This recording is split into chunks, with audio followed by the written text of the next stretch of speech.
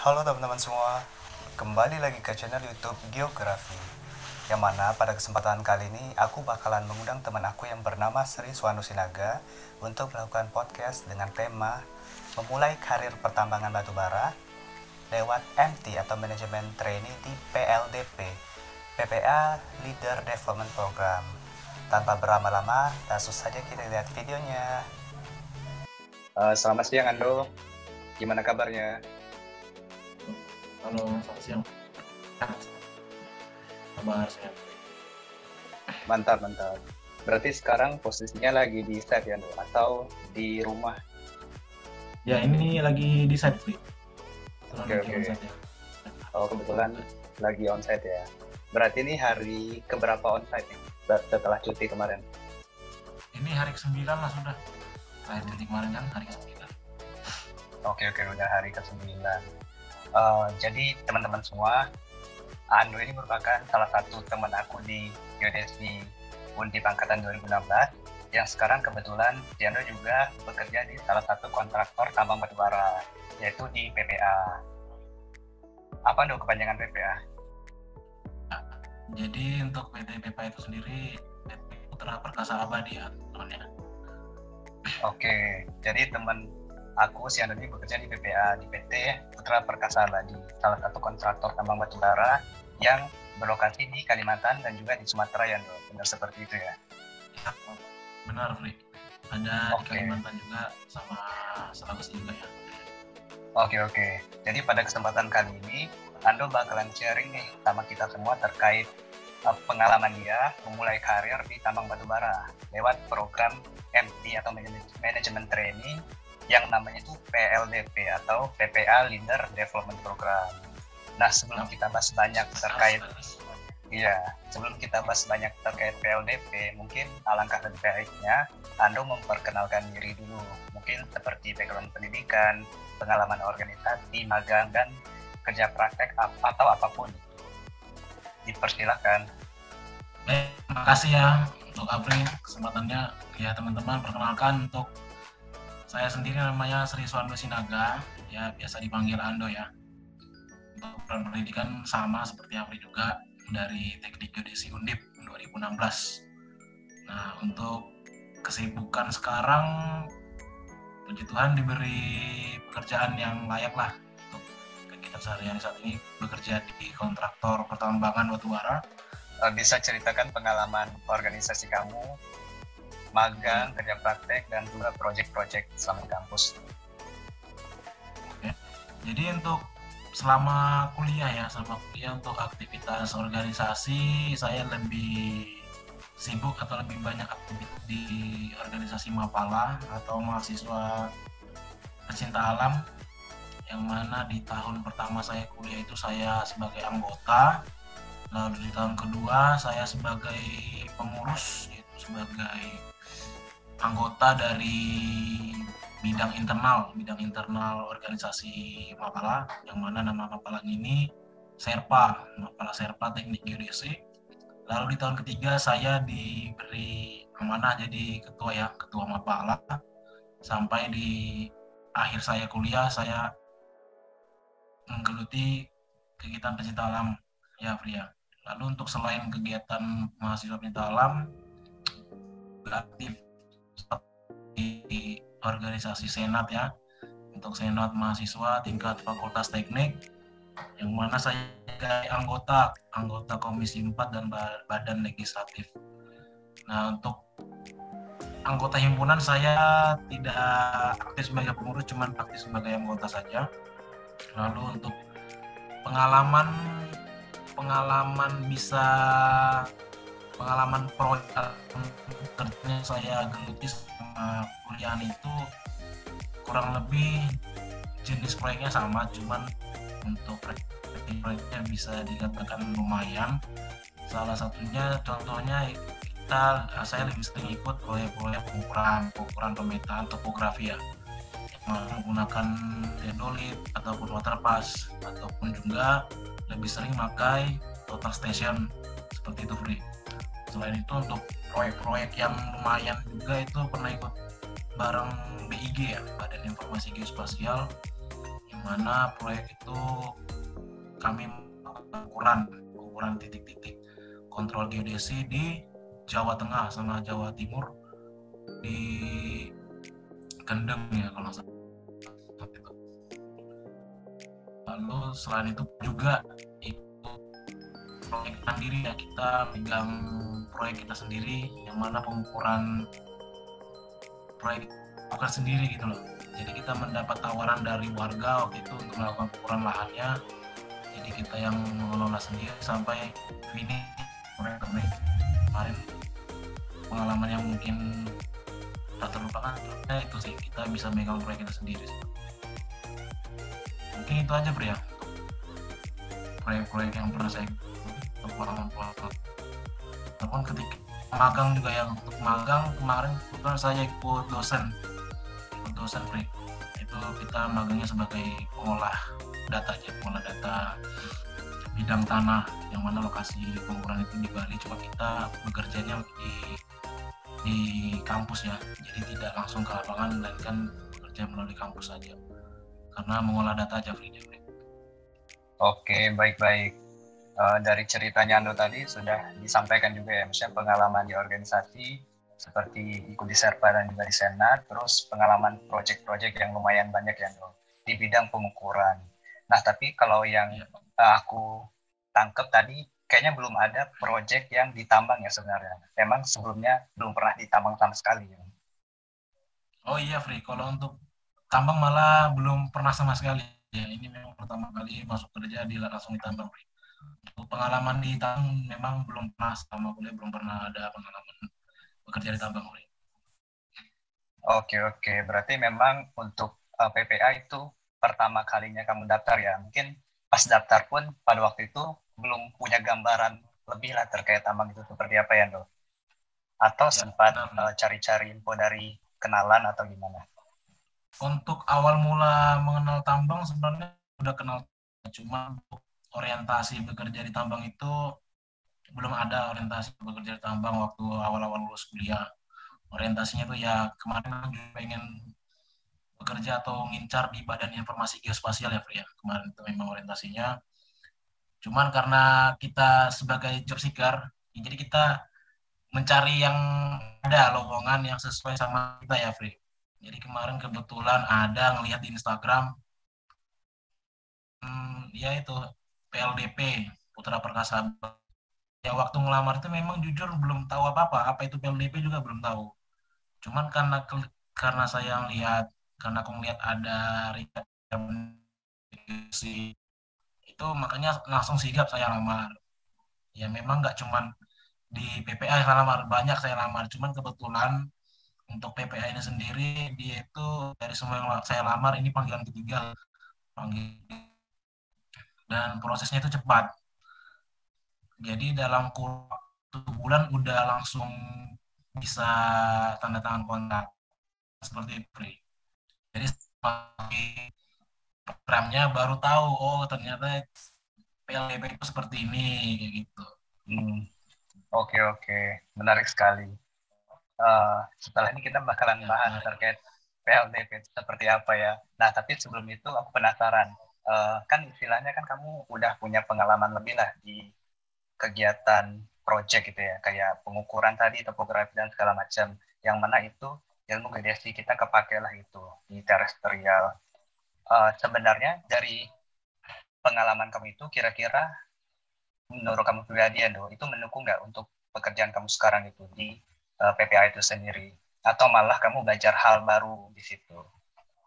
Bagus ya Fri. Kalau dari aku pribadi, dari semua pengalaman kerja selama kuliah atau ilmu yang kita dapatkan selama kuliah, untuk di posisi saya sekarang ini kurang lebih yang terpakai itu hanya ya 30% aja. Karena apa? Kalau nanti ketika teman-teman ada yang masuk pertambangan, katakanlah awal lulusnya udah idealis, juga sesuai dengan pekerjaan. Kalau alami sekarang ini memang bermanfaat, cuman ya hanya kalau yang saya rasakan hanya 30%. Basic kita kan di GDC kan ya, harusnya lebih ke survei.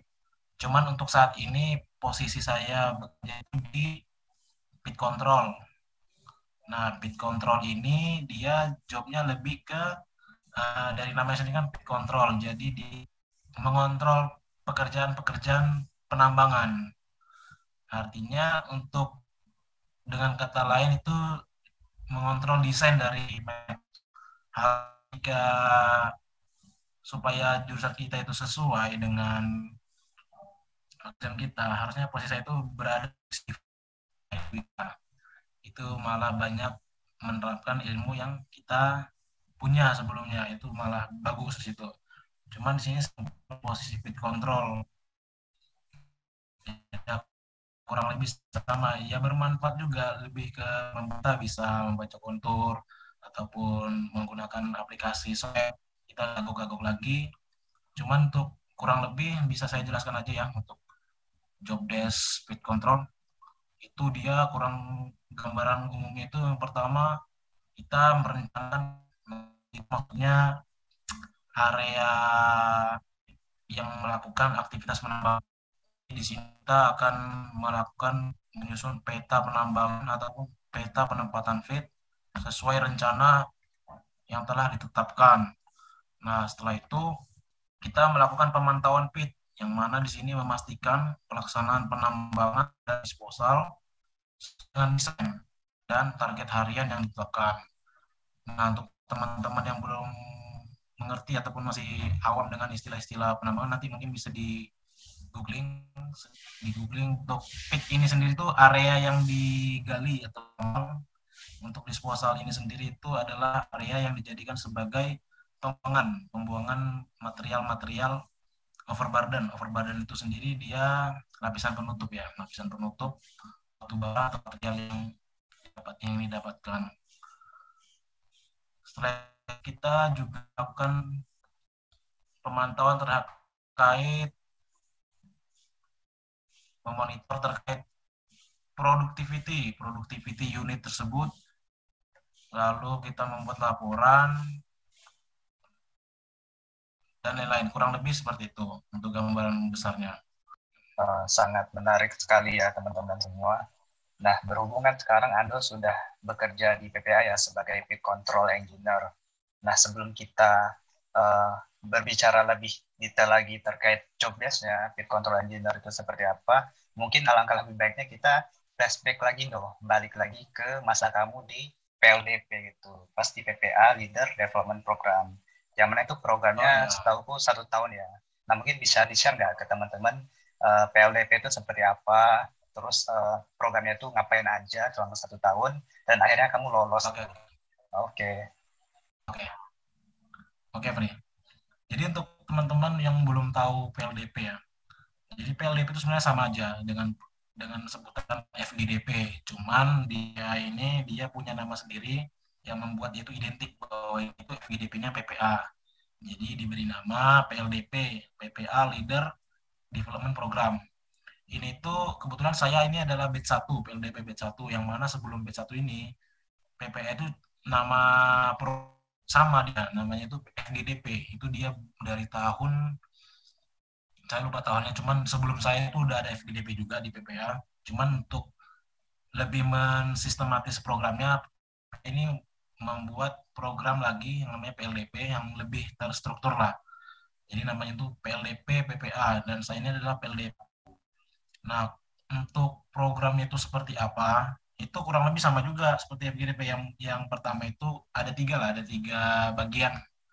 Jadi yang pertama itu ada orientasi departemen, orientasi antar departemen, semua departemen yang pertama. Terus yang kedua kita ada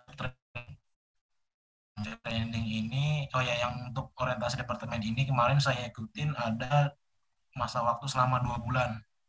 Jadi di sini selama 2 bulan saya muter ke semua departemen yang ada di site, untuk di site BIB Borneo Indobarat juga beda dia struktur organisasi perusahaannya beda-beda sendiri. Nah, di sini terdapat 7 departemen, yaitu ada departemen engineering, saya sendiri di Departemen Engineering. Lalu yang kedua di Departemen Produksi. Nah, yang ketiga itu ada Departemen Plan, yang mana di sini dia mengurusi alat-alat operasi penambangan, Departemen Plan ya. Ada Departemen Safety Health and itu mengurusi terkait safety ya.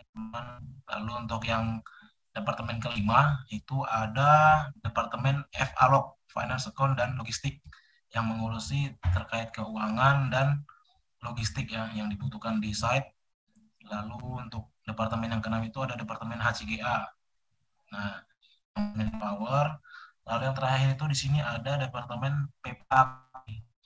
Jadi yang PPA Academy ini dia mengurusi terkait pemenuhan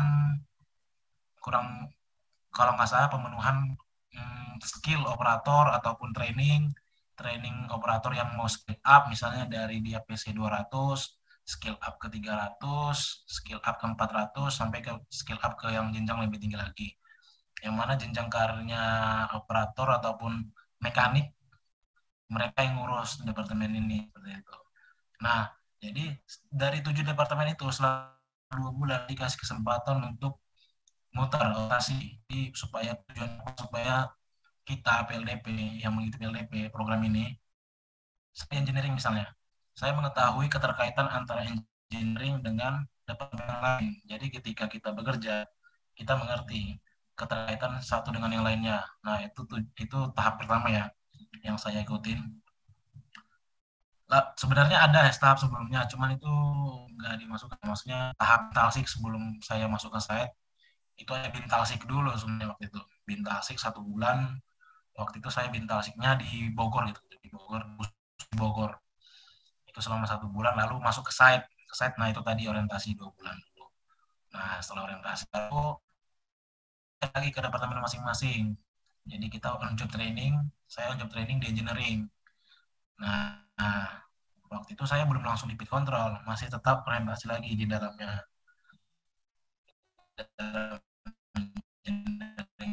Sendiri. Yang mana engineering beberapa divisi. Nah, ada tiga divisi yang dibagi. Yang pertama untuk divisi main plan. Nah, untuk main plan ini ada 2, yang long term, short, sama kontrol.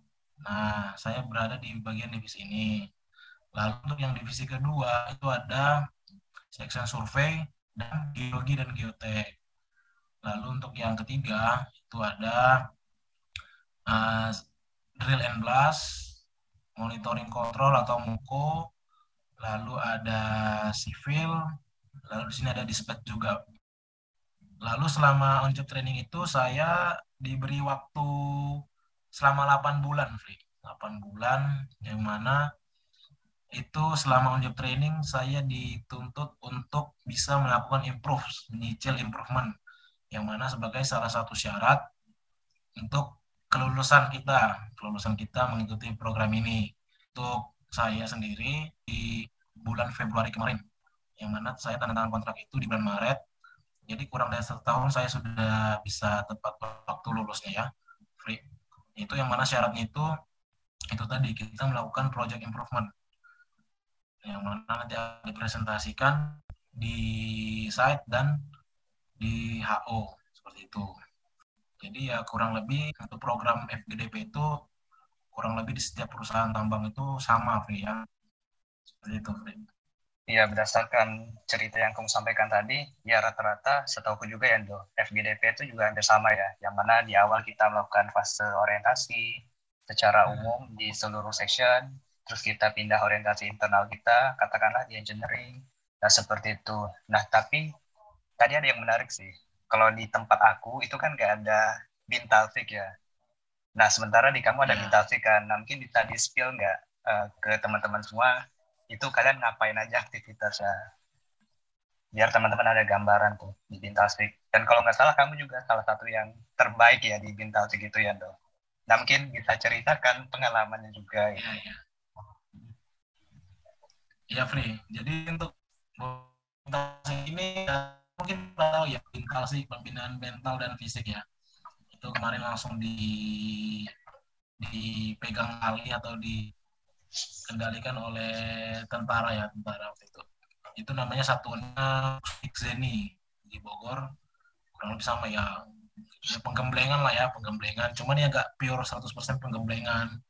Kadang misalnya dari pagi, dari jam 4 pagi itu sampai jam 6 kita ya olahraga, push up segala macam. Lalu nanti di jam 7 kita mulai materi yang disampaikan orang HO lah ya, dari tim HO terkait pengenalan awal supaya nanti ketika di site kita nggak terlalu buta dengan site itu seperti apa ya.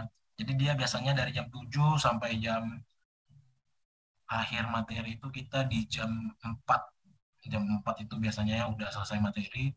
Dari jam 4 selebih sampai ke jam 10 malam itu ya digembleng lagi sama pembina pelatih ya.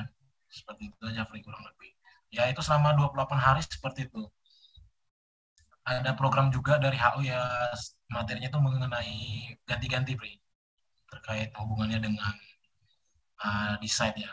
Seperti itu, sama penjelasan terkait program-program yang akan kita hadapi nanti. Sebenarnya tujuannya Bintang Sik ini ya kita kan leader ya, leader supaya kita jiwa bina lah dari awal. Jadi ketika kita udah nggak harus gagok lagi lah, bahasanya seperti itulah, dibina dari awal supaya nanti kita bisa melakukan program yang dituntut oleh HO ini dengan maksimal seperti itu. Karena dari namanya sendiri kan PPA leader kan, leader di program. Ya, berguna lah untuk Bintang Sik di awal-awal. Jadi punya mental untuk berjuang seperti itu lah.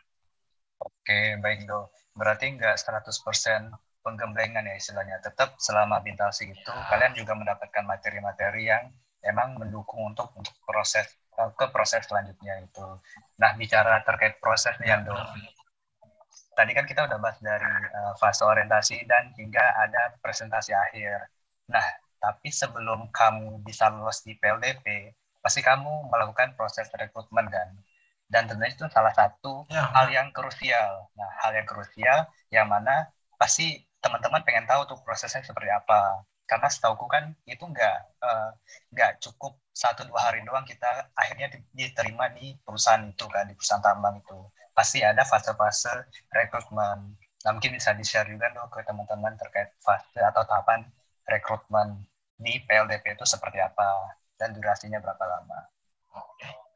Oke, Free. Jadi untuk teman-teman sekedar sharing ya, sharing ini berdasarkan pengalaman saya pribadi. Jadi ketika kita udah apply CV segala macam administrasi lamaran ke link yang diminta di PPA kemarin itu, saya masukkan berkas saya dan langsung dapat, kemarin itu jeda waktunya kurang lebih 2 minggu. 2 minggu dapat panggilan untuk tes psikotes. Itu semua untuk teman-teman perlu tahu, ini semua online semua ya teman-teman. Untuk seleksinya rekrutmen ini saya online semua seperti itu. Jadi tahap pertama itu saya harus ikut seleksi tes psikotes online gitu. Nah setelah itu jeda 1 minggu itu dikabarin bos suruh lanjut untuk interview dengan HRD dulu pertama waktu itu, interview HRD dengan vendornya PPA yang melakukan rekrutmen sebelum nanti lanjut ke interview user. Jadi ini interviewnya masih interview pertama.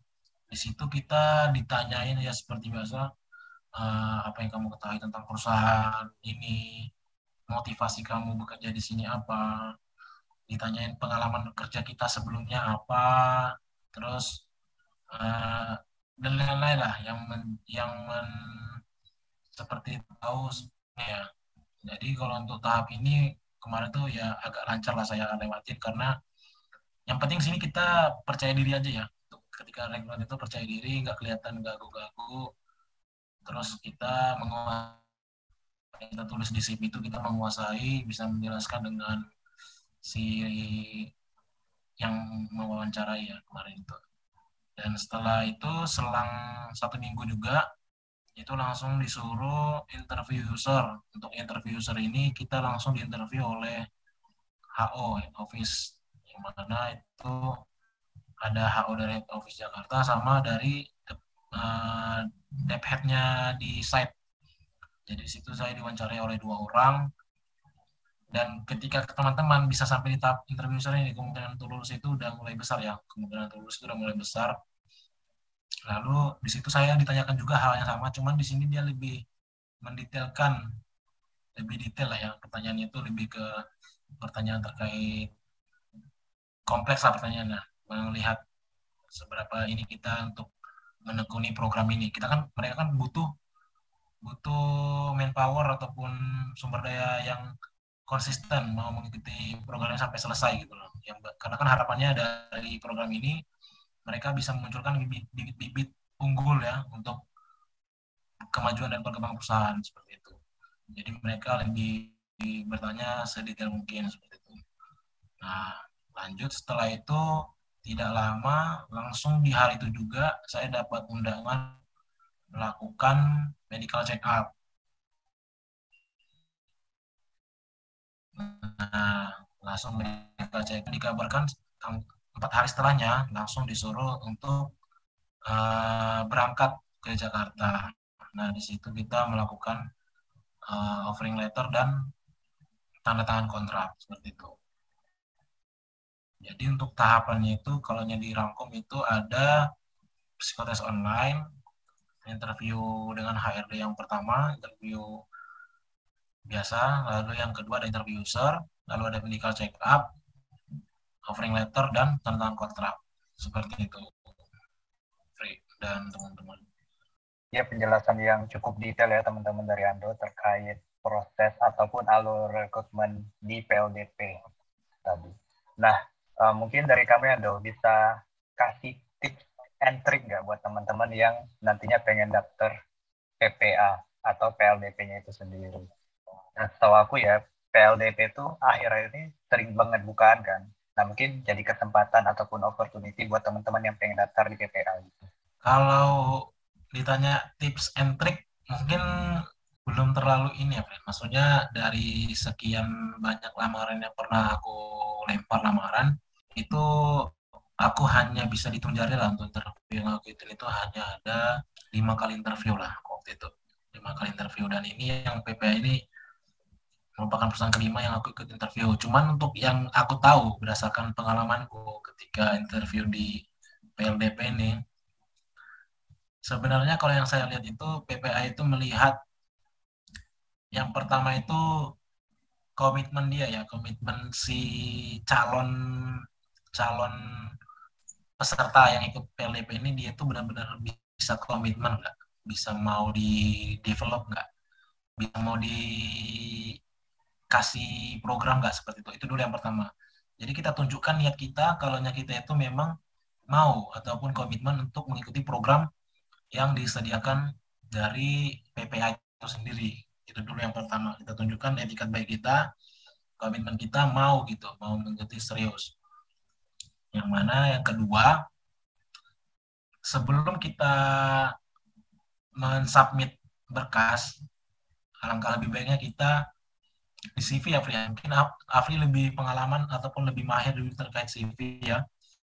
Setidaknya kita bisa mencantumkan CV yang menarik, ataupun kita bisa mencantumkan banyak pengalaman kita di situ, pengalaman organisasi, pengalaman kerja, ataupun sertifikasi bisa kita masukkan di situ.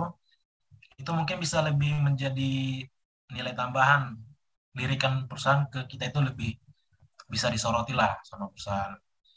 Terus yang ketiga, apalagi ya, saat wawancara, kalau bisa kita sebelum interview itu latihan menjawab, kira-kira mencari tahu kira-kira pertanyaan yang akan ditanya itu apa. Jadi ketika kita wawancara, kita bisa menjawab lugas, jelas gitu loh. Harus macet-macet, kayak A gitu. Nah, itu yang ketiga. Paling tiga itu aja sih, Free, kalau menurutku. Yang penting, yang tadi yang pertama, kita tunjukkan etikat kita ataupun niat kita itu memang komitmen mau mengikuti program itu. Terus yang kedua, dari CV, setidaknya kita bisa mewarnai CV kita, maksudnya mewarnai dari arti kita tunjukkan pengalaman kita sebanyak mungkin, pengalaman organisasi kita, ataupun sertifikasi kita tunjukkan sebanyak mungkin. Jadi bisa jadi nilai tambahan. Terus yang ketiga tadi, saat mulai interview itu, kita kalau bisa lancar gitu loh, lugas. Mungkin tipsnya bisa mencari tahu dari YouTube. Kira-kira pertanyaan apa aja yang sering dikeluarkan saat interview. Kurang lebih seperti itu, Free. Oke, baik Banyak Lando. dari pengalaman aku ya. Oke, berarti ada 3 poin teman-teman yang perlu kita pertegas ya. Yang pertama itu adalah komitmen kita. Tunjukkanlah kita tuh beneran niat apa enggak ketika daftar Ya, daftar PLDP itu kan. Terus yang kedua tuh jangan lupa menampilkan CV yang menarik itu. Diimbangilah dengan pengalaman-pengalaman teman-teman. Nah, mungkin buat teman-teman yang masih kuliah sekarang, bisalah di apa ya, mengikuti berbagai kegiatan positif seperti organisasi, perlombaan, ataupun kegiatan proyekan itu untuk menambah nilai plus di CV-nya. Dan yang ketiga adalah harus lugas ketika wawancara. Oke, nah istilahnya kan kamu udah melalui fase itu ya, Do, dan sekarang sudah bekerja di PPA gitu. Kamu ngerasa nggak sih kayak apa yang kamu dapatkan selama PLDP itu memberikan impact ataupun mensupport pekerjaan kamu sekarang gitu? Hal apa saja tuh yang bisa kamu dapatkan poinnya atau dapat manfaatnya dan ternyata itu sangat membantu pekerjaan kamu sekarang gitu. mungkin untuk pengetahuan tambahan teman-teman. Jadi saya sekarang kan sudah di level group leader ya, group leader. Yang mana sebelum saya menempati posisi ini, saya kan mengikuti PLDP tadi, program PLDP. Nah, tentunya manfaat hal positif yang saya dapatkan ketika mengikuti program PLDP itu, saya yang dari awalnya nol pengetahuan terkait pertambangan, ya setidaknya dapat pengetahuan lebih lah terkait pertambangan itu, penambangan itu. Jadi ketika posisi saya sekarang sebagai group leader, saya tidak gagap lagi. Saya punya bekal yang mana sudah dibekali di program PLDP ini tadi. Kita ada dibekalin terkait hal-hal yang berhubungan dengan penambangan.